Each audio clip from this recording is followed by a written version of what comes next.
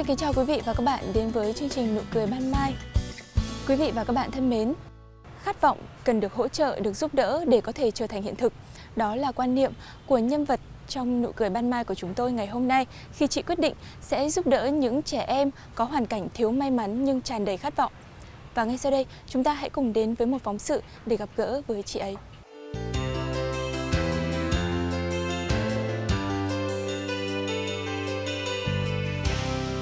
Một ngày bình thường của chị Vũ Thị Dung, đại diện của ban quản trị quỹ Khát vọng, thường bắt đầu từ 8 giờ sáng sau khi đã đưa các con đi học và hoàn thành các công việc vặt trong gia đình.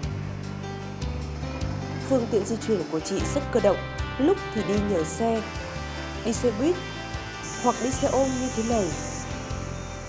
Địa điểm làm việc của chị cũng không cố định bởi vì chị thường xuyên phải đi vận động và đến tận nhà để tiếp nhận hỗ trợ của những người làm từ thiện.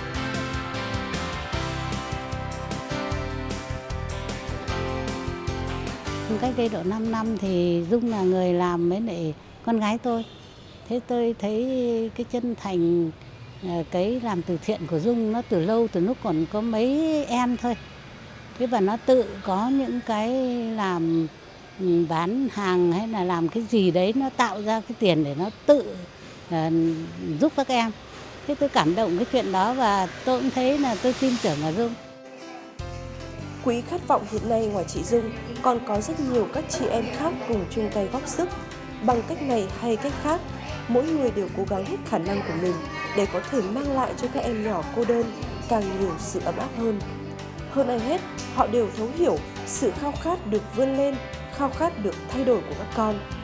Họ tin rằng các con như những mầm xanh bị chôn sâu dưới lớp sỏi đá khô cằn, nếu được chăm sóc bằng ánh mặt trời của niềm tin yêu thì sức sống mãnh liệt sẽ bừng lên. Thực tế ra là đa phần là các con mất bố hoặc mẹ hoặc mất cả bố cả mẹ.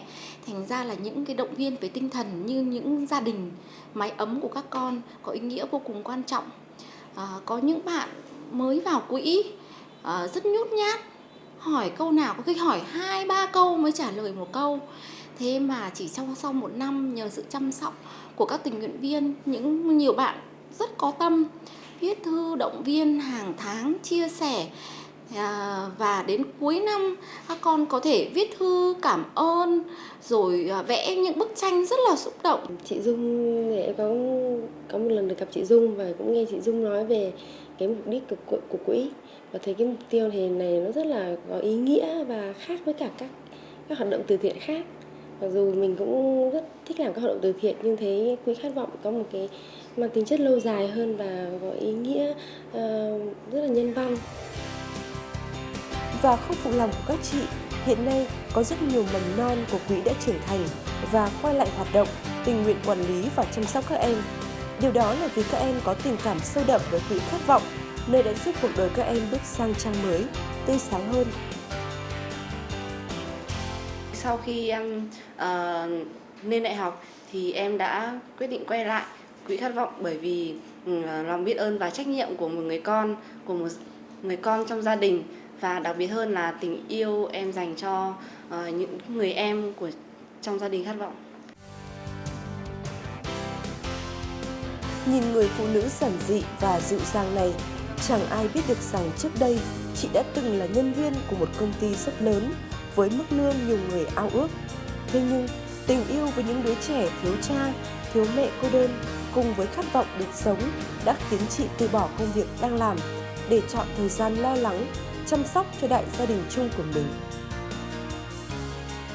Thực sự cho đến nay thì tất nhiên về mặt cá nhân tôi thì cũng có những cái mà sẽ phải chấp nhận. Ví dụ như về thu nhập, về những cái công việc mà có thể nói là có những cái vị trí cũng đảm bảo cho cuộc sống. Nhưng mà cái tôi nhận được là những cái hạnh phúc của những đứa trẻ có thể nói là không có thể tiền nào có thể tính được.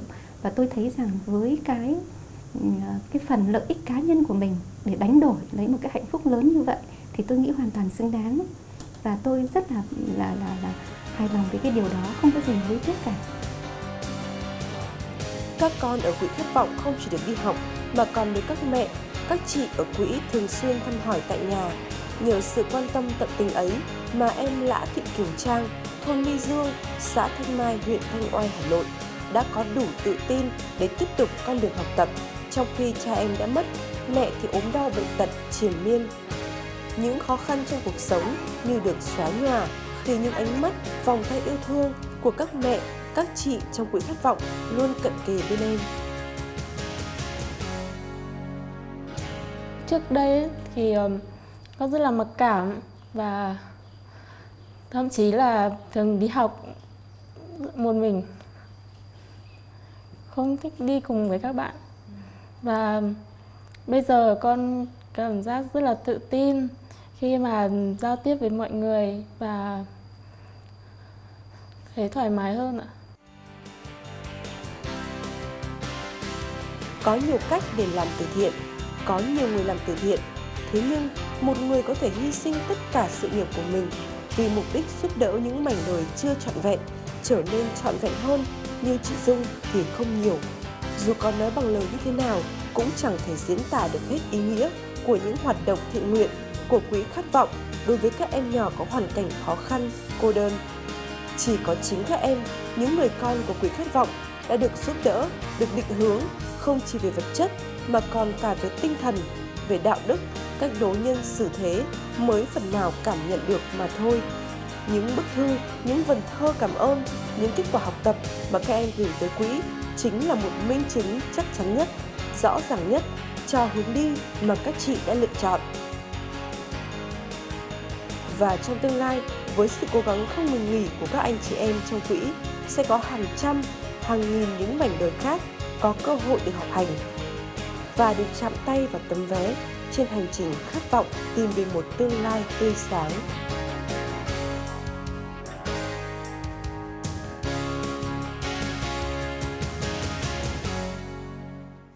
Quý vị và các bạn thân mến, cần lắm những tấm lòng, những trái tim yêu thương cùng chung tay góp sức để cho con trẻ đạt được khát vọng của mình.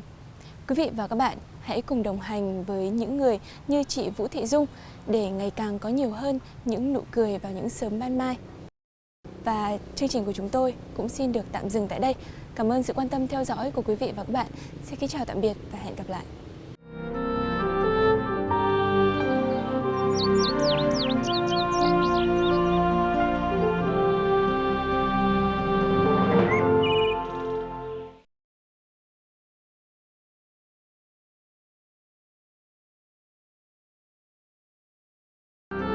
Từ mảnh đất miền Trung, địa linh nhân kiệt, lấy tâm sáng như sao, làm kim chỉ nam tiến tới, lấy tính tiên phong đưa công nghệ cao vào nông nghiệp, nông thôn, tạo ra các giá trị vượt trội. Mở đầu là sữa sạch và dược liệu sạch, lấy y học và giáo dục làm điểm tựa cho tương lai.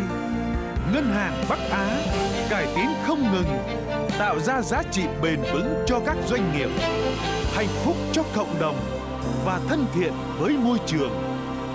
Bắc Á Banh giữ tâm sáng như sao để mãi mãi cùng thời gian.